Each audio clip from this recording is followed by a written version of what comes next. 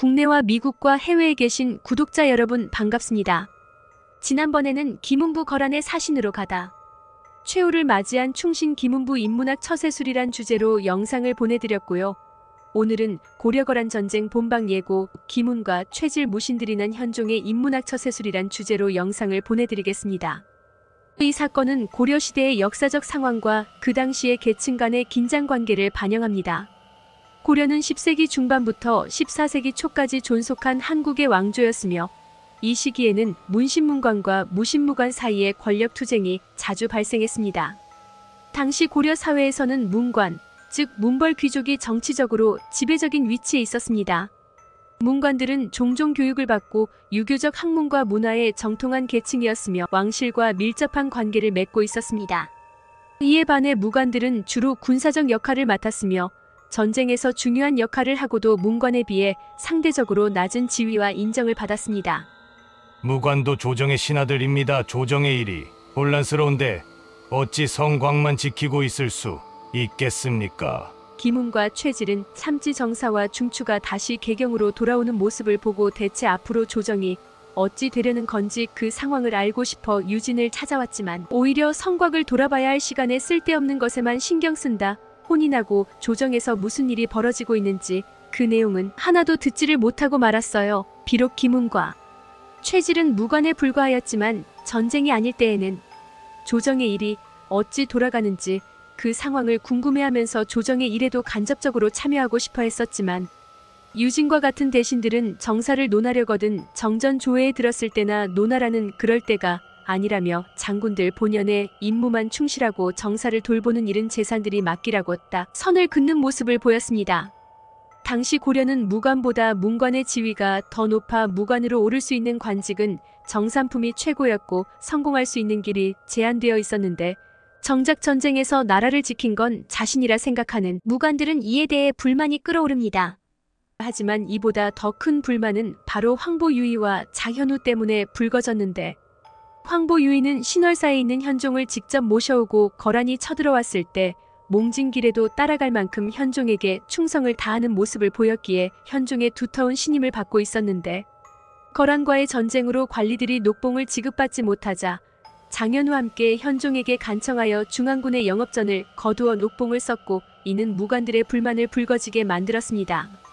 전쟁 중에 목숨을 바쳐 싸웠고 전쟁이 끝난 후에도 다음 전쟁을 위해서 밤낮으로 나라를 지키고 있는 와중에 자신들의 영업전까지 가져가서는 문신들의 녹봉에 쓰이자 김운과 최질은 억울함이 터져나왔습니다. 우리에게 정말 너무한 것 아닙니까? 전장터에서 목숨 걸고 싸운 것은 우리인데 영업전을 빼앗아 문신들의 녹봉을 주지 않나? 그러면서도 정사에는 참여하지 말라 하며 성곽이나 돌라고 하지를 않나? 섭섭한 게 정말 이만저만이 아니옵니다. 김운이 화를 가라앉히지 못하고 말하자 최질 또한 맞장구를 쳤는데요. 그러게나 말입니다. 전쟁에서 아무리 큰 공을 세웠다 한들 승진 또한 정상품으로 제한되어 있고 더 높은 관직으로 올라가고 싶다면 문신이 되어야 한다니 이게 가당키나 합니까? 최질과 김운은 성곽을 돌면서 자신들이 받는 부당한 대우에 대해서 끊임없이 이야기하기 시작했어요.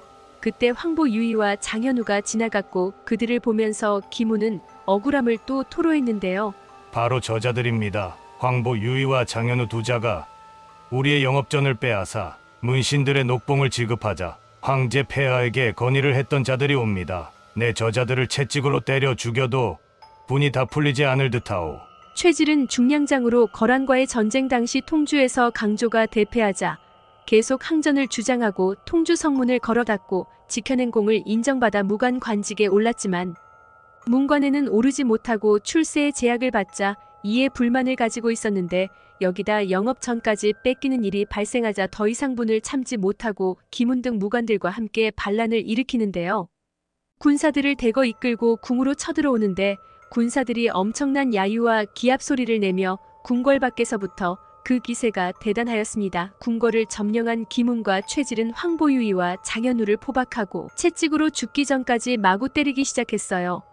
내 이놈들 감히 우리의 영업전에 빼앗아. 황보유이와 장현우가 무기력하게 매를 맞으며 현종을 바라보았지만 무관들의 기세가 엄청나서 현종은 어쩔 수 없이 황보유이와 장현우를 귀양을 보낼 수밖에 없었습니다. 내 그대들에게 정말 미안하오하지만 걱정 마시오. 내 저자들을 다 정리하고 그대들을 다시 궁으로 불러들일 터이니 그때까지 살아만 계셔 주시오. 현종은 자신의 몽진길도 함께했던 충신 황보 유이와 장현우가 매질을 당하는데도 김훈과 최지를 벌하지 못하는 자신이 원망스러웠어요. 비록 당장 김훈과 최지를 벌하고 싶었지만 강조의 정변을 겪어본 현종의 입장에서는 일단 이 시기만 무탈하게 넘어간 후 그 뒤에 김훈과 최지를 처리하는 게 맞다는 판단이 들었을 뿐인데요. 하지만 막상 무관들이 권력을 잡고 보니 현종은 자신이 할 수 있는 일이 별로 없다는 무기력함에 빠지게 되었습니다. 자기 앞에서 문신들을 채찍으로 때리는 무분별한 행동까지 일삼는 무관들이 이미 선을 넘어도 세게 넘어버렸기 때문인데요. 현종은 이번 위기를 넘기는 것 또한 강감찬의 도움이 필요하다 생각하였고 강감찬에게 무신들을 어찌 처리하면 좋을지 그 계책에 대해 물어보았습니다. 무신도 공이 높으면 문관처럼 높은 품계를 받을 수 있게 할 것과 문신이 빼앗은 농토를 무신에 돌려줄 것까지는 현종의 입장에서도 납득할 만한 제안이었고 그 후에도 점점 더 많은 요구를 하더니 태도 또한 방자해지는 모습을 보였고 이는 강감찬이 보기에도 참을 수 없는 일이었죠. 이때 강감찬은 평양의 말단 관리인 이자림으로부터 뛰어난 묘수를 듣게 되었고 현종은 이자림의 계책을 이용하여서 방자하게 날뛰는 무관들을 처리하기로 하고 김훈과 최지를 궁으로 불렀어요. 김훈과 최질 그대가 고려를 구했음에도 그대들의 공을 높이 사지 않아 이렇게 섭섭하게 만든 것은 모두 다 내 부덕에 소치라 생각하오. 지금이라도 그대들의 공을 치하하기 위해 작은 연회를 열어볼까 하니 무관들을 불러 모아 궁으로 와주시오. 현종은 이자림이 말한 대로 일단 김훈과 최지를 비롯한 반란 세력들을 모두 궁의 연회장에 불러 모았어요. 그렇게 장락궁 연회에 불려온 최질과 김훈 등 18명의 무관들은 자신들이 온 연회가 죽으러 온 곳인지도 모른 채 현종에게 인정받아 기분이 좋은 채로 술에 잔뜩 취해 모두 죽임을 당했습니다. 이자림이 현종에게 전한 비책은 유방이 한신을 없앤 전략으로서 그들을 연회장에 먼저 유인을 한 후 술에 취하게 만들어 반항하지 못하게 만든 후 한 번에 죽여버려 처리하는 것이었는데요. 원래 반란군은 가족들 또한 연자죄를 받아 모두 죽임을 당하는 게 맞지만 현종은 무신의 가족들에게는 죄를 묻지 않고 모두 살려두는 아량을 베풀었고 황보 유이와 장현우의 유배를 풀고 모두 궁으로 데리고 오거라. 그렇게 장현우는 최질과 김훈이 피살당한 뒤 다시 궁으로 돌아와 복직이 되고 호부 상서까지 진급을 하지만 매질을 당한 뒤 귀양을 간 후유증으로 몸이 많이 상하였는지 얼마 안 돼 안타깝게 사망하고 맙니다. 우리는 오늘날 김훈과 최질 무신들이 난을 통해 어떤 인문학적인 교훈을 얻을 수 있을까요? 김훈과 최질이 등장하는 이 이야기는 고려시대 무관들의 불만과 그들이 겪은 사회적 차별을 반영합니다. 이들은 전쟁에서의 공훈에도 불구하고 제한된 승진 기회와 낮은 지위에 대한 불만을 가지고 있었습니다.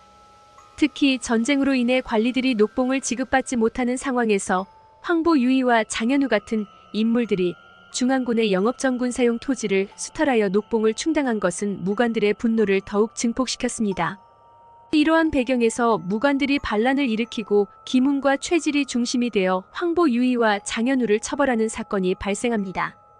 이 사건은 무관과 문관 사이의 권력 투쟁뿐만 아니라 당시 고려 사회의 계층 갈등과 정치적 불안정성을 드러냅니다. 현종은 이러한 상황에서 강감찬과 같은 충신의 조언을 받아들여 무신들의 반란을 진압합니다. 강감찬의 제안에 따라 현종은 무관들을 연회로 유인한 후 술에 취하게 만들어 일망타진하는 전략을 사용했습니다.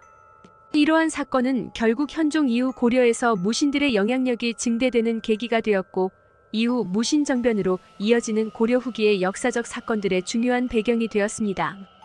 결론적으로 이 사건은 무관과 문관 사이의 권력 갈등, 계층 간의 사회적 차별, 그리고 정치적 불안정성이 어떻게 역사적 사건으로 이어질 수 있는지를 보여주는 중요한 사례입니다. 또한 현종과 강감찬과 같은 인물들의 대처 방식은 그 시대의 정치적 지혜와 전략을 반영하는 것으로 볼 수 있습니다. 역사인문학 구독자 여러분, 오늘의 영상은 여기까지입니다. 이 영상이 도움이 되셨다면 구독과 좋아요, 알람 설정 부탁드립니다. 시청해주셔서 감사합니다. 계속적으로 역사와 인문학 처세술에 관한 다양한 영상을 보내드리겠습니다.